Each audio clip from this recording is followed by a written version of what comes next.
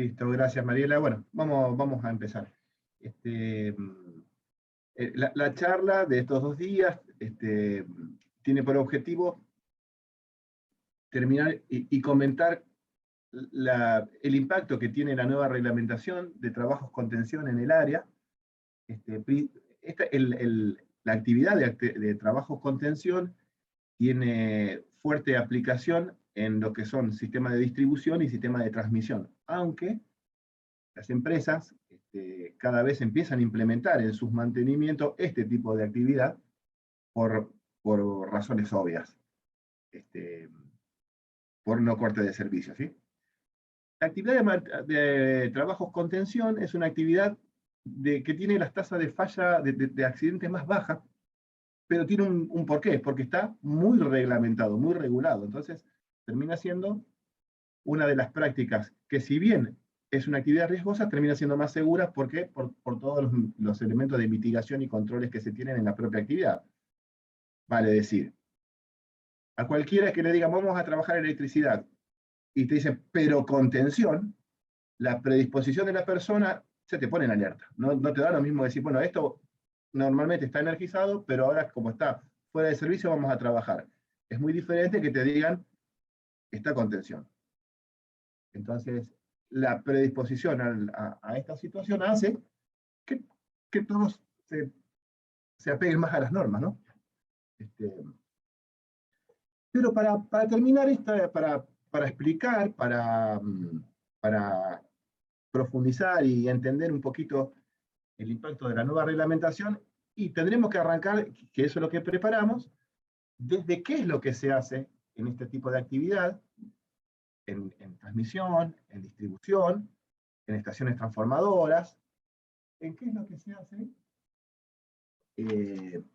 sin tensión y con tensión. O sea, ¿cuáles son las actividades que se ejecutan para los mantenimientos principalmente? Para mantenimientos y reformas, ampliaciones. Hoy por hoy no queda solo restringido a mantenimientos, a cambiar algo roto.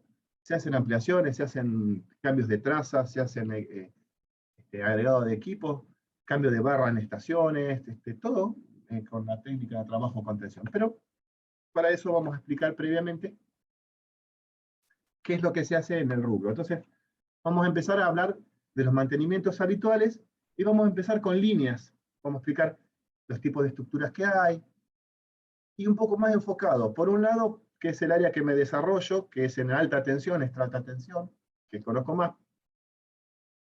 Vamos a ver más de ese material, pero también porque en media tensión es un poco más común verlo. O sea, si quiero ver algo, lo más probable es que conozca de media tensión, porque es lo más habitual para un profesional, y extra alta tensión se ven si trabajas en estas empresas, como puede ser Transnet, Transnova, Transnea, lo que sea de transmisión. Entonces, como habíamos dicho, podemos interrumpir, podemos aportar sin ningún problema. Así que espero que puedan participar. Yo lo que voy a hacer ahora es presentar. A ver si me sale. Me dicen si estoy presentando adecuadamente. ¿Ven algo ahí? Sí, se ve bien, Facundo. Mantenimientos habituales, eso es lo que debería decir. Bueno. Exactamente. Sí, se ve bien. Perfecto. Vamos a empezar con los tipos de estructuras más antiguas que tienen nuestros corredores en 500 kilovoltios, que por ejemplo, es una, en la foto baja la calidad, pero este tipo de estructuras las pueden ver yendo por la autopista Rosario-Córdoba, al costado.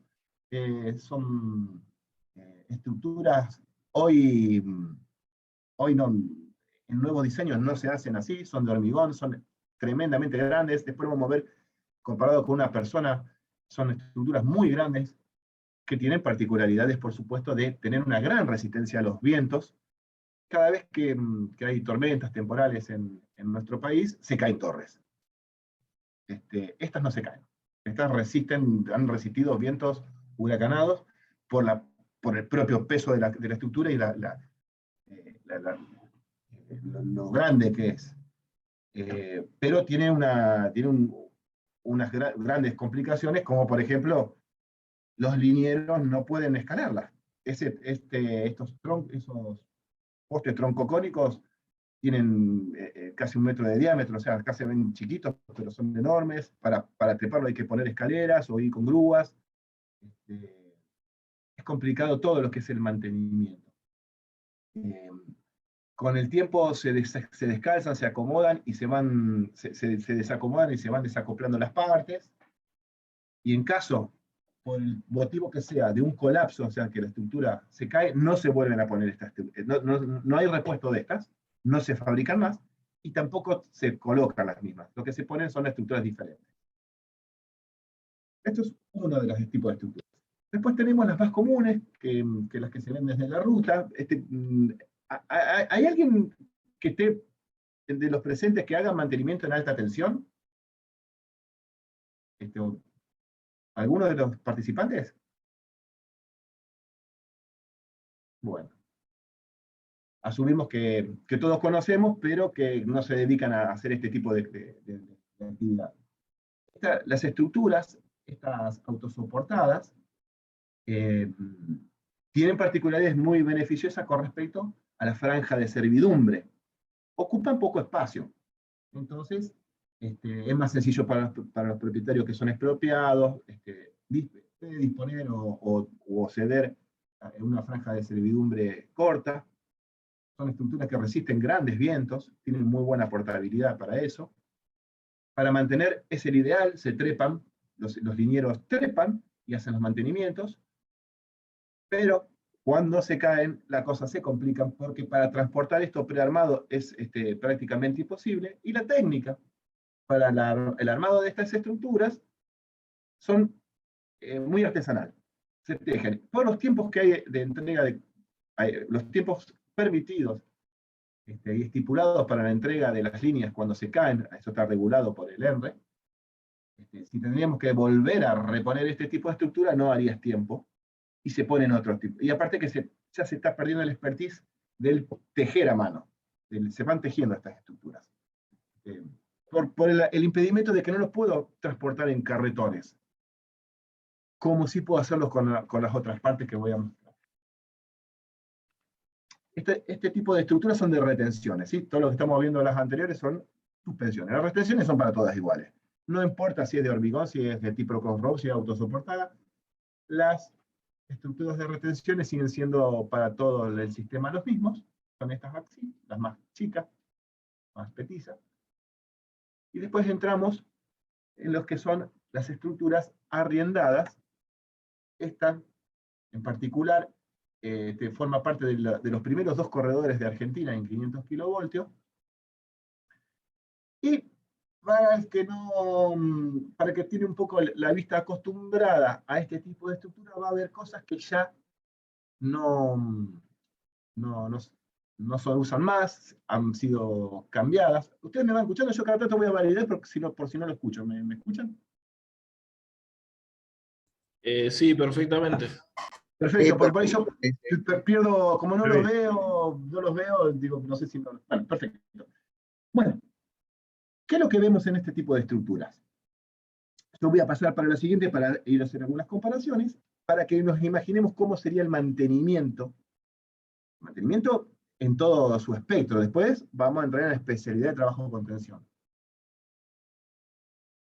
Pero si comparamos estas estructuras, que son las que ahora se utilizan,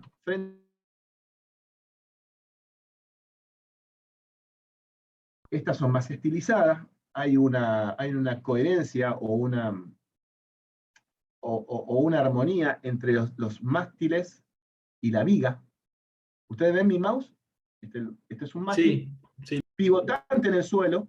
Acá solamente está clavado en un cono. Hay 2 riendas para acá, 2 riendas para allá, y eso es todo. Después se cuelgan los aisladores y los cables. Esta es igual, pero tienen algunas cuestiones diferentes que con el tiempo se fue aprendiendo. Por ejemplo, las riendas no van a los nodos, van a otro punto, lo cual lo hace totalmente inestable. La viga tiene una proporción mucho mayor que los mástiles, con lo cual uno ya puede ver que hay una cierta debilidad en la viga. La disposición en V de los aisladores, estos son los aisladores, hace que también sea con cierta inestabilidad. Y si no conozco, yo quiero hacer el mismo mantenimiento que hago con estas estructuras, por ejemplo, para cambiar aisladores, lo que me va a pasar con esta estructura que va a colapsar, porque no soporta que, por ejemplo, sujete un cable de otro lugar que no sea de este punto y este punto. Esto fue superado con el tiempo, este fue el primer corredor, los primeros 2 corredores que se hicieron, y estaban hechos con otro concepto de estructura. Hoy ya ha cambiado. Y este tipo de aislación en V solamente se usa para la fase central, para evitar acercamientos hacia las patas, ¿no? Hacia los mástiles. Estas estructuras son fácilmente escalables. La franja de servidumbre es amplia, no tan amplia como las que vienen ahora, pero es amplia. La confiabilidad es buena, tiene muy buenas prestaciones. Fácil de mantener, como ya dije. Pero a su vez hay otras que la superan en prestaciones, que son las de tipo cross-rope. Irónicamente son las más inestables desde el punto de vista mecánico. Una cross-rope tiene en el suelo 2 conos pivotantes, lo une a los 2 mástiles una eslinga, es un cable de acero, cross-rope auxiliar. El cross-rope auxiliar se usa para el montaje y ahí queda, es el cable de arriba, 2 rines para un lado, 2 rines para otro. Luego se monta el cross-rope principal y se cuelgan los aisladores. No tiene viga. Las estructuras, como los puentes, como pasa en otro lado, se venden por kilo de hierro. Estas estructuras son muy convenientes. Tienen la desventaja, si se quiere, de necesitar gran franja de servidumbre. Estamos hablando de más de 100 metros entre un punto y el otro punto de los anclajes. Con lo cual, tiene buenas prestaciones, pero te ocupa mucho espacio. Tiene la ventaja de que como tiene poco hierro, tiene poco perfil, el viento tiene poco ataque de viento, con lo cual lo hace que superen mayores cantidades de vientos.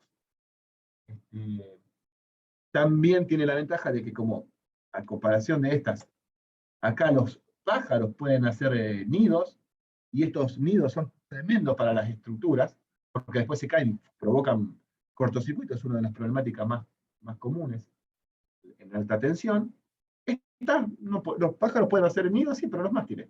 No tengo ese peligro, no tengo ese riesgo de cortocircuitos, de fallas por las aves, por la anidación de aves. Y después tenemos un montón de otras estructuras que son multiternas, de varias formas, y que por supuesto, mientras más complejas son, más difícil es el mantenimiento. Y por supuesto, más complejo es el mantenimiento con la técnica de trabajos con tensión. Vamos a entrar un poquito ahora en el concepto eléctrico, y ya esto excede a unas torres. Este es un concepto. Nosotros, por el decreto 351 de la ley 19.587, tenemos unas tablas que respetar, que son tablas de proximidad o tablas de trabajo, ¿sí? Están en el mismo reglamento. Conceptualmente, esas tablas me sirven para lo siguiente. Me dicen que hay ciertos niveles de tensión y yo tengo que alejarme de las partes energizadas tantos metros. 3,6 metros, 1,8, de acuerdo al nivel de tensión. Si estoy trabajando en 500 kilovoltios, voy a ir a la ley y voy a ver que me dice, usted aléjese 3 metros con 60. ¿Qué significa? Que de 3 metros con 60 para afuera, puedo trabajar con las consideraciones de proximidad en líneas energizadas, pero no tengo que ni consignar o no tengo que trabajar bajo tensión, porque no voy a penetrar esa zona. Si yo tengo riesgo de penetrar esto, voy a tener que cambiar la metodología y quizás considerar que sea trabajo contención, si tengo riesgo de penetrar en este cilindro imaginario que envuelve a cada una de las fases. Conceptualmente, ¿qué quiero decir? Señor, usted trabaje fuera de ese cilindro, y si no haga como esta persona que está acá entrando, está violando distancia, porque acá corre riesgo por arco, de electrocución por arco, y si va a penetrar, tiene dos formas de hacerlo: con técnicas de trabajo contención o con el equipo consignado. No hay otra opción.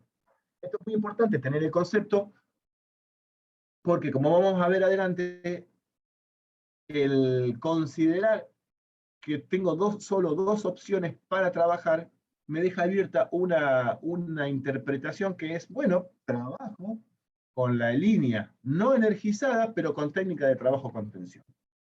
Eso es una práctica que por ahí que lo vamos a ver más adelante, que está mal, que no hay que hacerlo, porque hay recomendaciones fuertes y estudios fuertes que te dicen eso no es seguro. Me refiero al ir a trabajar en unos cables que no están conectados en sus extremos, pero yo hago como que estaría a contención. Bueno, en las líneas sucede que las tensiones que se inducen por propio brisa y cargas estáticas, más las inducciones que hay por todas las líneas que van cruzando, muchas veces las tensiones que se generan terminan siendo mayor a las tensiones de la propia línea. Eso pasa en líneas de menor jerarquía que las de 500 kilovoltios, ¿no? Por ejemplo, si voy a hacer estas técnicas en una línea de 33 kilovoltios, lo más probable, es muy probable que tenga tensiones inducidas que ronden los 30 kilovoltios, los 25 kilovoltios. Con lo cual, suponer o pensar de que puedo implementar técnicas de trabajo con tensión cuando, cuando la tensión es un flotante por inducción, es un error. Vamos a entrar más adelante con ese tema. ¿Qué se hace? ¿Qué es lo que hacemos? Bueno, en las líneas, lo que se hace son principalmente las reparaciones de cortes por vibraciones eólicas. Eso es muy común. Muy acentuado este fenómeno, se ven en líneas de 132 kilovoltios. Por supuesto, no vamos a entrar en detalle, vamos a recordar o vamos a nombrar qué es esto del corte por vibraciones eólicas. Todo cuerpo cilíndrico que es atravesado con un flujo laminar de viento entre 8 y 12 kilómetros por hora, produce que en la contracara de donde afecta el viento producen vórtices. Esos vórtices generan presiones y depresiones que hacen que el cable empiece a vibrar. Entran en frecuencia de resonancia, entran en una frecuencia de vibración, entran en resonancia, empiezan a producir un fenómeno de multiplicación en la amplitud de esa vibración, y termina fatigando, cortando con los cables en el piso las sujeciones. Por eso es que se les ponen, para evitar eso, con previo estudio, se les ponen estos contrapesos que se ven acá. ¿Lo alcanzan a ver? Estos contrapesos que Sí.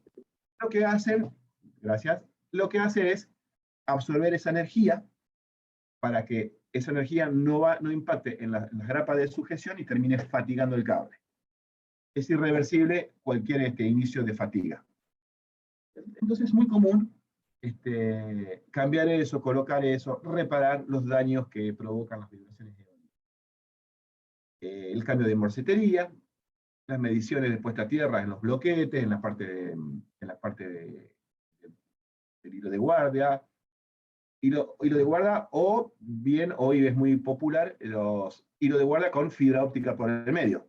O sea, por afuera es un pararrayo, pero por adentro pasa una fibra óptica, en la cual pasan datos que son comercializados y que también sirven para las comunicaciones internas de la compañía y de las compañías y de las protecciones. Eso es OPGW.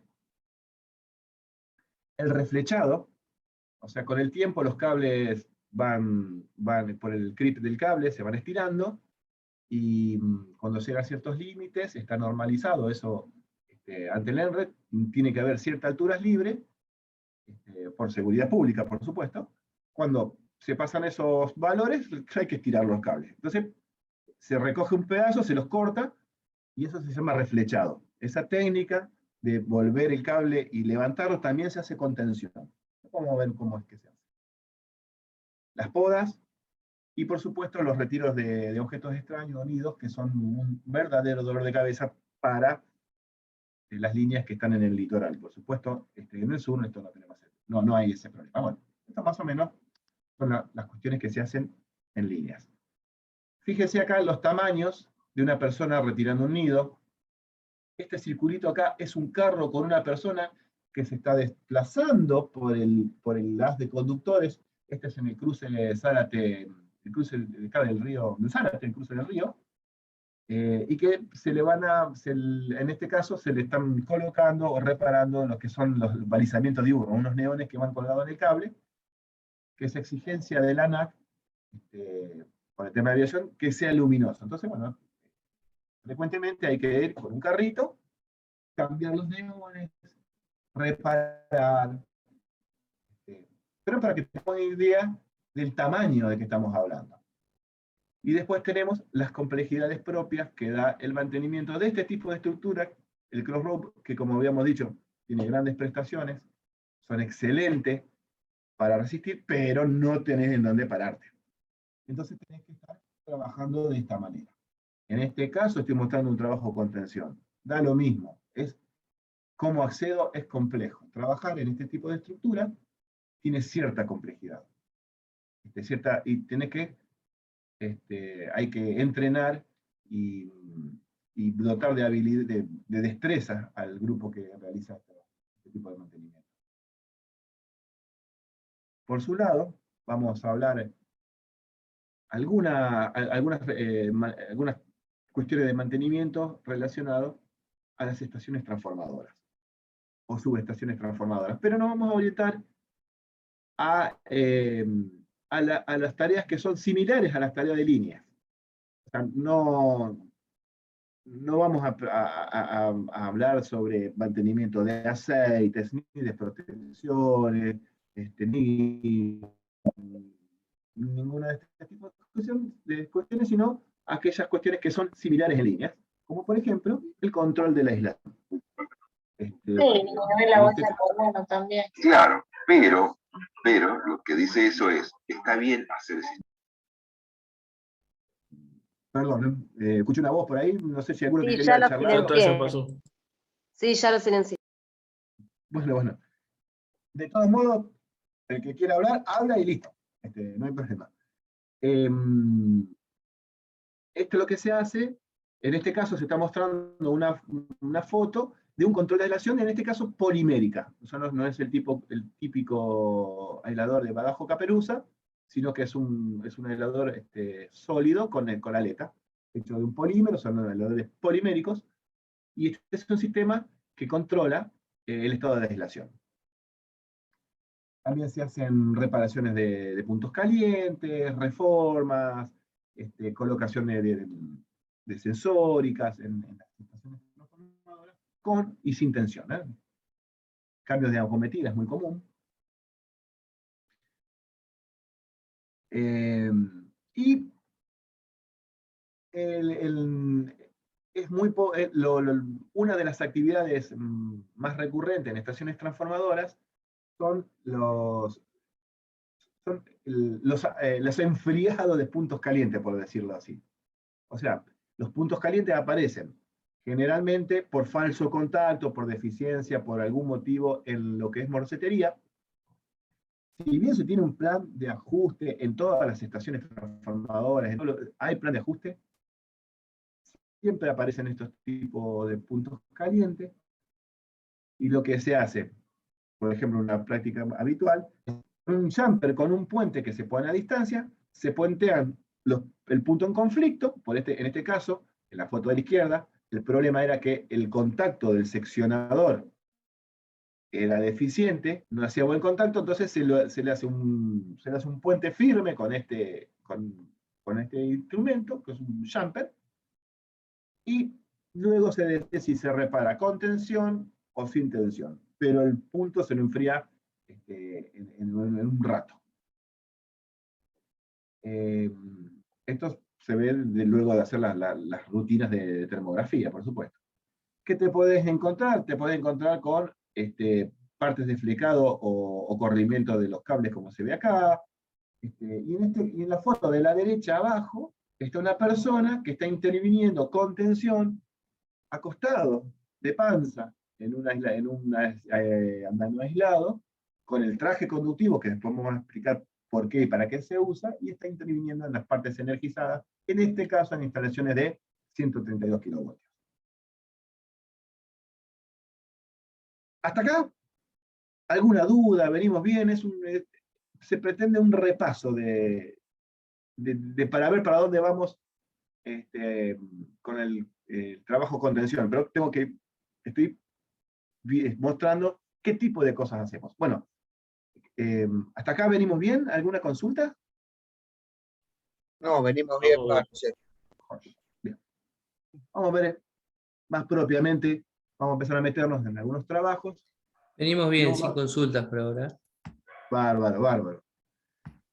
Vamos a ver un típico trabajo en el cual voy a hacer un reciclado, una reparación, le voy a cambiar partes a un interruptor, pero no me voy a enfocar en el trabajo en el interruptor, sino lo voy a enfocar en las maniobras que hay que hacer y en cómo se aplican, cómo se aplica la ley, qué es lo que 5 reglas de oro y cuáles son los impedimentos para inclusive aplicar la ley. Por eso vamos con eso ahora.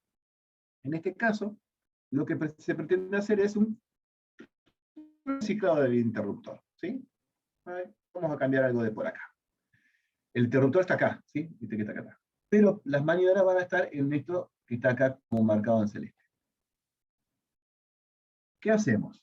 Bueno, para todos nos es muy común aplicar las 5 reglas de oro, pero tenemos que recordar que las 5 reglas de oro no son parte de nuestra ley.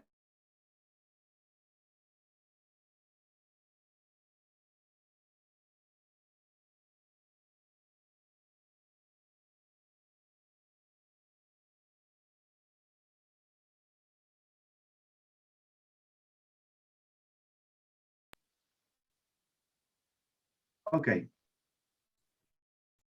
Y estábamos hablando de que vamos a enfocarnos cómo se consigna, cómo se prepara una instalación. En este caso, para hacer una labor de trabajo con el equipo fuera de servicio compuesto a tierras colocadas.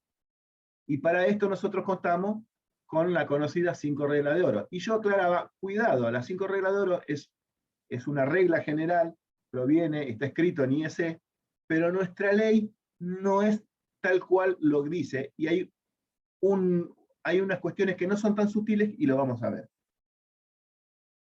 Lo primero que vamos a hacer para recibir una instalación es tener que cortar todas las fuentes,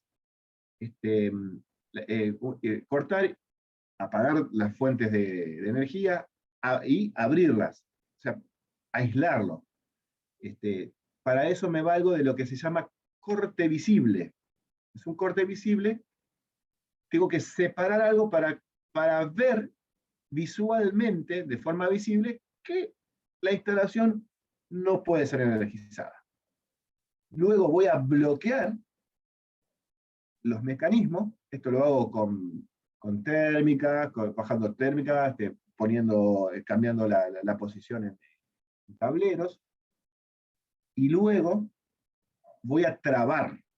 Voy a ir al lugar y voy a decir todo lo que vos quieras, pero acá te pongo un candado que si alguien da una señal de cierre, no va a poder cerrar ese seccionador que lo abrí, porque tiene una traba mecánica.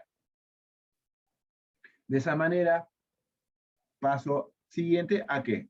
El paso siguiente voy a verificar tensión. Digo, listo, abrí toda la fuente, ok. Bloqueé todo. No me puede venir una señal para que me dispare el cierre. Lo bloqueo. Lo trabo. Oye, pongo un candado. Ya no puedo, nadie me puede venir a energizar a que no sé que venga con la llave, saque el candado. Ok. Ahora voy a probar si tengo tensión. Lo hago con el equipo adecuado. Para el buscapolo de alta tensión. Son detectores de tensión. Ahora vamos a explicar alguna particularidad con respecto a eso. Y después, una vez que verifico que la tensión esté, que no haya tensión del servicio en el lugar, procedo a colocar las puestas a tierra.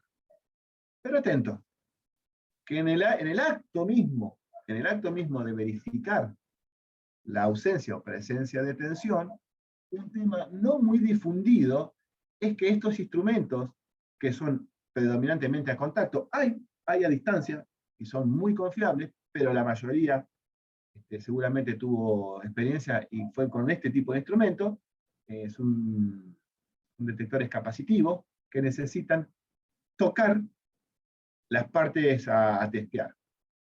El principio de funcionamiento hace que si entre la punta y la cola encuentre un gradiente de campo eléctrico, excita un circuito y emite una señal acústico-luminosa. Que tiene que tener cierto umbral. Ahora bien, si yo coloco este instrumento en una bajada, como por ejemplo si esta es una antena y esta es la bajada, y lo coloco de esta manera, no voy a lograr que entre la cabeza, entre el sensor superior y el sensor inferior, cabeza y cola, haya ese gradiente de campo eléctrico necesario para que existen los circuitos, este delta E1, por ejemplo, acá en este caso el delta E2 es mucho menor, puedo cometer el error de tener un falso negativo, de tocar y decir, no está tensionado. No, lo que te pasó es que lo pusiste muy cerca de una bajada y el sistema no te detectó. Atento con esto, porque es muy importante tener este fenómeno claro. Bueno, esto es una recomendación más genérica, pero es un error muy común que sucede en la detección. Habiendo hecho este pequeño comentario, seguimos adelante. Entonces lo que pasa ahora es que ya consigné un lugar, ya tengo mi lugar de apertura, lo voy a limitar y voy a colocar las puestas a tierra, que en este caso de este tipo de instalaciones, son puestas a tierra con polo de puestas a tierra. No tengo que ir con cable, nada, simplemente se hacen y los polos de puesta a tierra se colocan motorizados, de forma motorizada. Entonces, de esa manera, seccioné, puse a tierra y liberé la zona como para trabajar. ¿Qué pasa en líneas? En línea la cosa cambia porque el corte visible está en la estación, no está en el lugar de trabajo. Y no voy a cortar un cable para ponerlo a tierra. Entonces lo que se hace es trabajar con comunicaciones en las estaciones transformadoras de la línea que voy a trabajar. ¿Sí? Se solicita la licencia de trabajo. En el centro de operaciones se comunican y se predisponen los sistemas.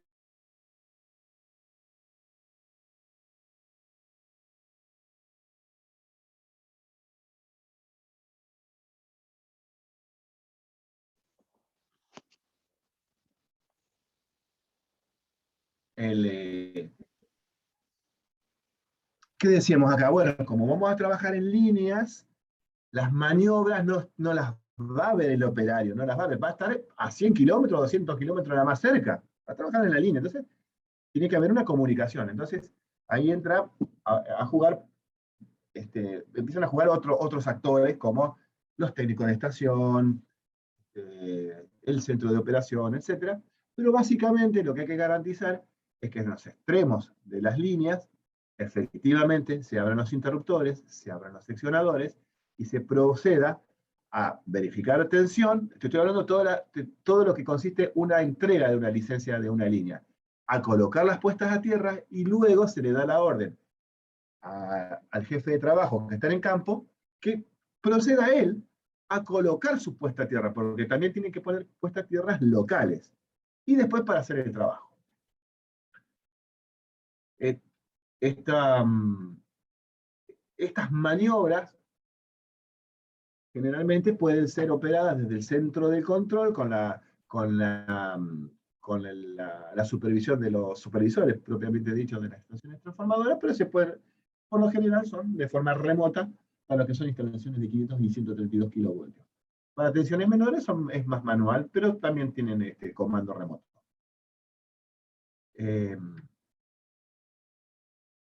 Mismo que las estaciones, ahora yo me voy a preocupar para que ninguno pueda accidentalmente volver a cerrar los circuitos que están abiertos, por eso los abrimos, bloqueamos y trabamos. Se verifica en la estación la ausencia de tensión, de la línea, por supuesto, con la particularidad que se toma como una buena práctica en estaciones transformadoras, medir ausencia de tensión, verificar, pero después ir a un equipo y verificar que en el otro equipo el detector me detecte. Es como un chequeo que está funcionando todo bien. En líneas no puedo hacer eso porque no tengo otra línea para hacer comparación si está andando bien o mal el equipo. Tengo que valerme de los chequeos propios que tiene el equipo, que tiene un sistema de autogestión. Se colocan las puestas a tierra. Esto lo que estaba hablando son los polos de puesta a tierra. Esta es una vara que sube y entra en contacto con la parte viva, la que está ahí energizada, poniendo a tierra los cables. ¿Sí? Acá vamos a meter un poquito en lo que dice nuestra ley.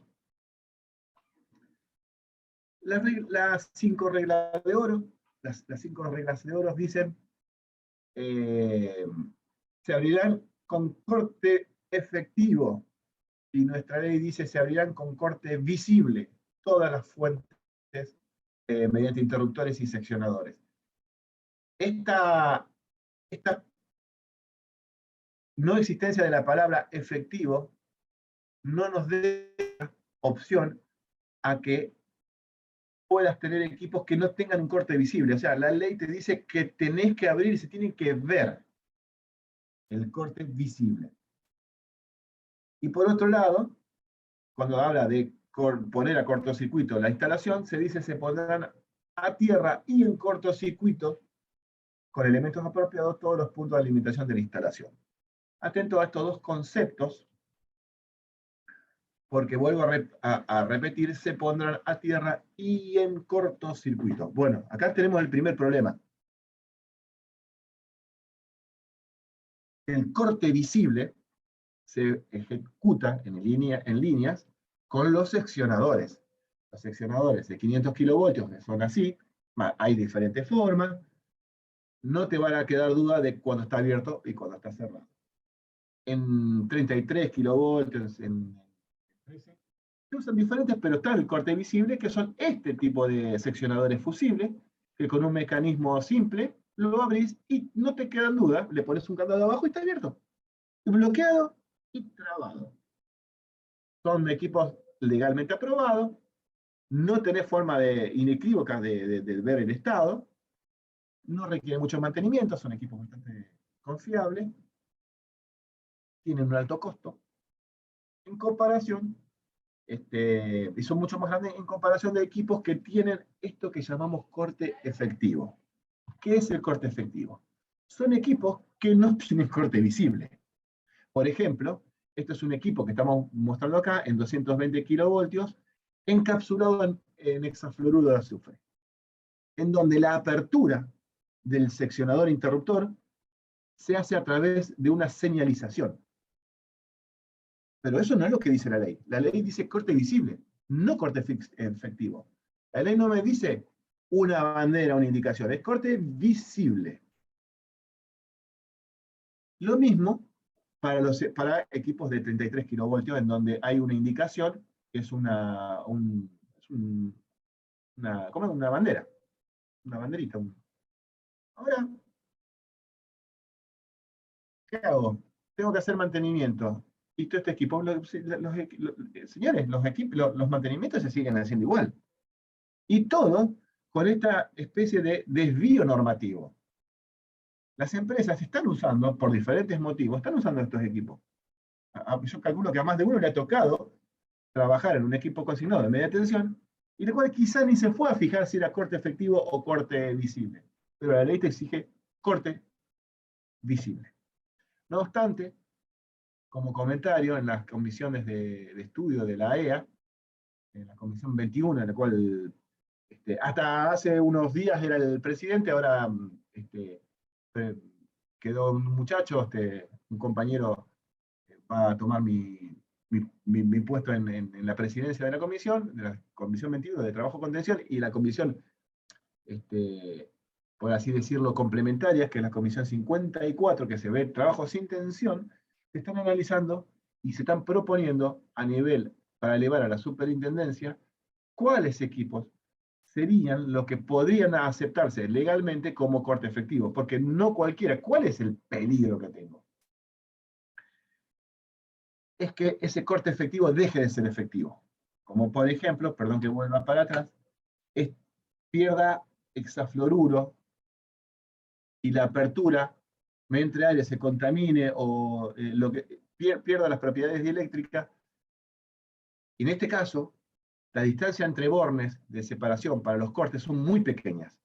Entonces, si me contamina o pasa algo, ya no tengo más corte. Estoy energizando la parte. Entonces, ¿cómo garantizaría? ¿Cómo dirías que este corte es efectivo? Bueno, esto es lo que estoy acá, es nombrando las 5 reglas de oro, en donde la norma IEC sí dice corte efectivo. Dice corte visible o efectivo. Y te dice qué es lo que se considera como corte efectivo. En base a eso, las comisiones de estudio de la AEA están proponiendo a la superintendencia que se legalice y que se reconozca que esto hoy es una realidad. Porque hoy los mantenimientos se hacen y hay instalaciones que tienen este equipo con corte efectivo y no con corte visible. Para la propuesta son que el dispositivo tenga un indicador de presión, tenga alarmas, que tenga un tiempo de vencimiento de estanqueidad, que esté probado. La norma IEC te propone ensayos y pruebas para garantizar hasta 20 años de estanqueidad. Y no se consideraría como corte efectivo los equipos en vacío, porque cualquier pérdida de vacío hace que rápidamente pierda las propiedades justamente de aislación. Y por último, también vamos a destacar que para los trabajos en líneas, este concepto de colocar las puestas a tierra y colocar puestas a tierra en todos los lugares y en cortocircuito, es aplicable para instalaciones de media y baja tensión, y la ley fue hecha bajo un concepto en que las instalaciones, cuando fue hecha, eran máximo de 132 kilovoltios. Realizar una puesta a tierra en cortocircuito y a tierra en 500 kilovoltios, en 33 kilovoltios, en 13, acá como estoy viendo en esta foto, es sencillo. Un cablecito y bajo y lo pongo a tierra. Pero en estaciones, pero en instalaciones de 500 kilovoltios, cuando un cable está a 7,5 metros del otro, unas de conductor, y el otro a 15 metros, donde no tengo lugares en donde apoyarme, en donde los esfuerzos económicos son tremendos, y las distancias inclusive son tan grandes que no puedo hacer no me es posible hacer un cortocircuito físicamente. Lo que se hace de forma habitual es simplemente poner en cortocircuito la fase a intervenir.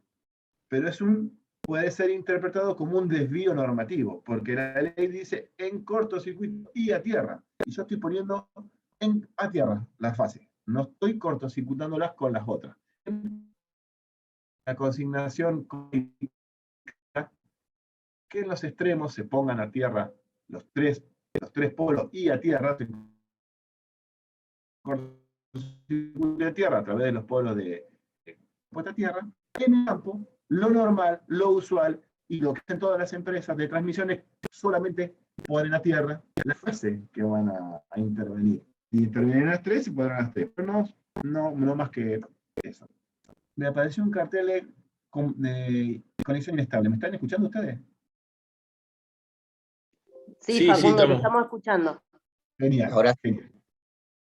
Bueno, hasta acá dar un pantallazo de los tipos de mantenimiento que se hacen con, y cómo se llega a trabajar sin tensión con ciertas cuestiones de desvíos, diríamos, o de una falta de actualización de nuestro sistema legal. El corte efectivo es algo que hay que trabajar porque existe, porque las empresas lo usan, porque es una realidad, pero tenés un cierto desvío que puede ser interpretado como un desvío normativo. Hay que analizarlo bien. Y la colocación de las puestas a tierra monofásicas en el lugar de campo en transmisión es una realidad. Así que de esta manera uno puede trabajar de forma segura con las técnicas de trabajo de trabajo, en este caso sin tensión. Ahora vamos a pasar al otro tema que es ¿cómo detecto las fallas? ¿Cómo es que voy a nutrirme de estas fallas?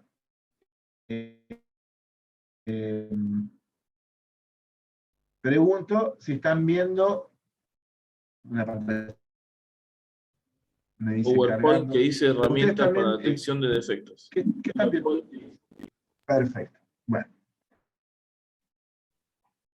Ahora vamos a entrar un poquito en cómo se sale a recolectar estos defectos, ¿sí? Para después programar los mantenimientos. Y esto es interesante porque hay muchas empresas que están naciendo, muchos emprendimientos que están naciendo con mucho éxito en inventar la tecnología de drones y vender la detección y vender justamente el servicio de inspecciones de línea. Muchas empresas están surgiendo con mucho éxito, pero te aclaro que requiere cierto conocimiento normativo de la ANAC principalmente, y el EANA, que es una entidad de la ANAC, de la Agencia Nacional de Aeronavegación Civil, ¿sí? ¿Qué hacemos para detectar fallas? Y esto es lo mismo, no da lo mismo para cualquier extensión, media, alta, extra alta. Tengo que salir a inspeccionar. Entonces, estandarizadamente, por así decirlo, tenemos tres tipos de inspecciones. Las más, que son, habrá empresas y habrá lugares que se hacen un mix, pero básicamente podríamos decir que caen en tres tipos de inspecciones. Lo que llamamos patrullajes, que son inspecciones rápidas. Inspecciones de alta que se hacen con máquinas como el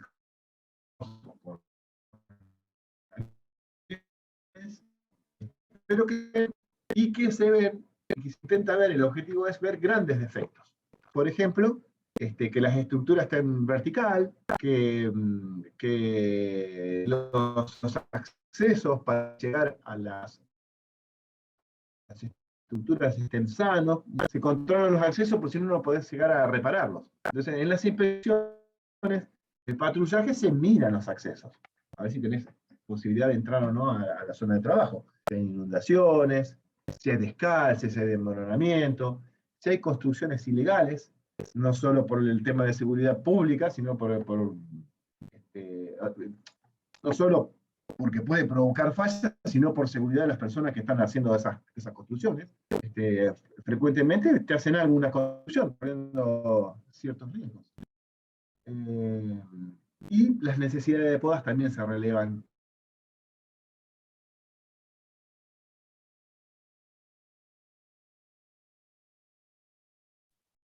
Se perdió, ¿no? Sí, sí, sí. Sí, le voy a sugerir si puede reiniciar su internet. ¿Les parece? Dale, Mariela. Bien.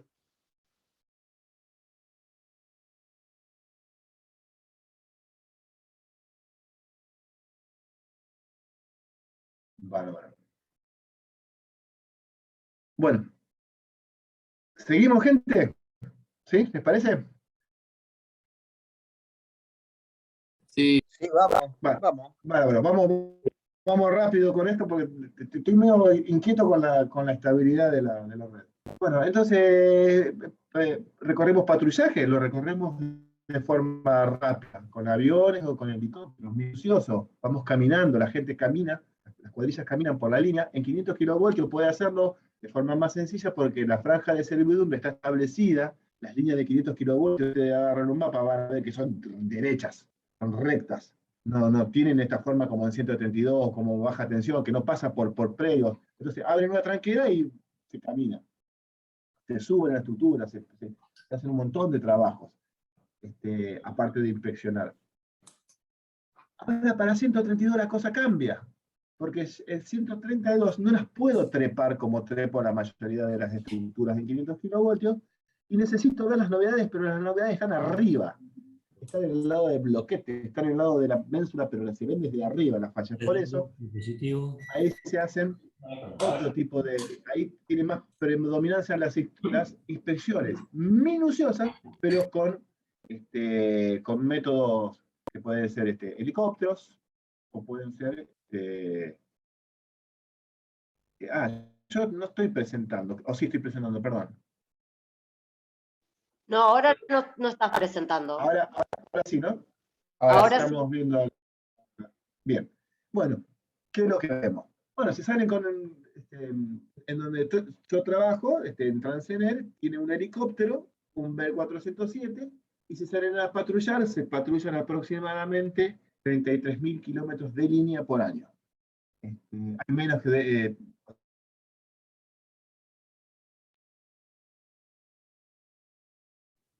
Cuando comparte se le cae la internet. Sí, ¿no?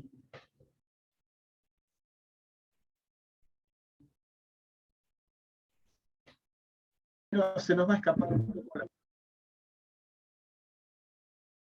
escapar el objetivo de la charla, así que después se las comparto o se las dejo para si las quieren ver. ¿Qué cuestiones tenés que tener en cuenta para implementar las inspecciones? Las inspecciones en general, esto no es de línea, esto con lo que íbamos a mostrar, el material puede hacer inspecciones de oleoducto, da lo mismo. No te condiciona por cuestiones si es líneas o lo que sea. Bueno, a ver un segundito. Archivo.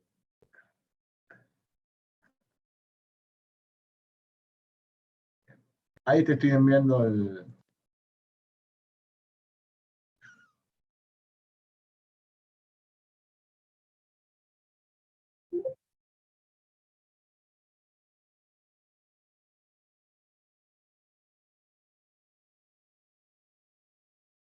Los costos operativos de un helicóptero son altísimos. De un helicóptero son altos.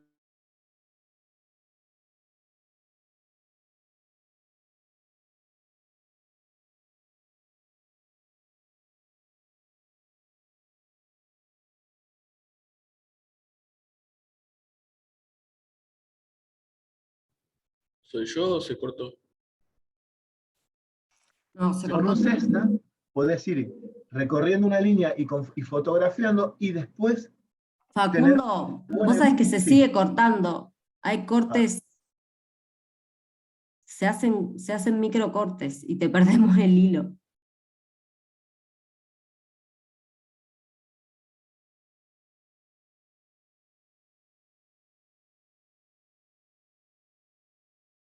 Ahí se volvió a cortar. Se fue. Félix, ¿qué sugerís? Les propongo así siguiente. Mientras solucionamos este tema, os explico en lo posible algunas cuestiones que mañana vamos a ver cómo llegamos a hacer esas cuestiones. Quizás probando, quizás puedan ver el video, podemos ver eso. ¿Quieren que probemos con eso? Facundo, el tema es que se te está cortando el sonido también. Es complicado. Es complicado. Estamos complicados hoy. Está complicado. Mañana voy a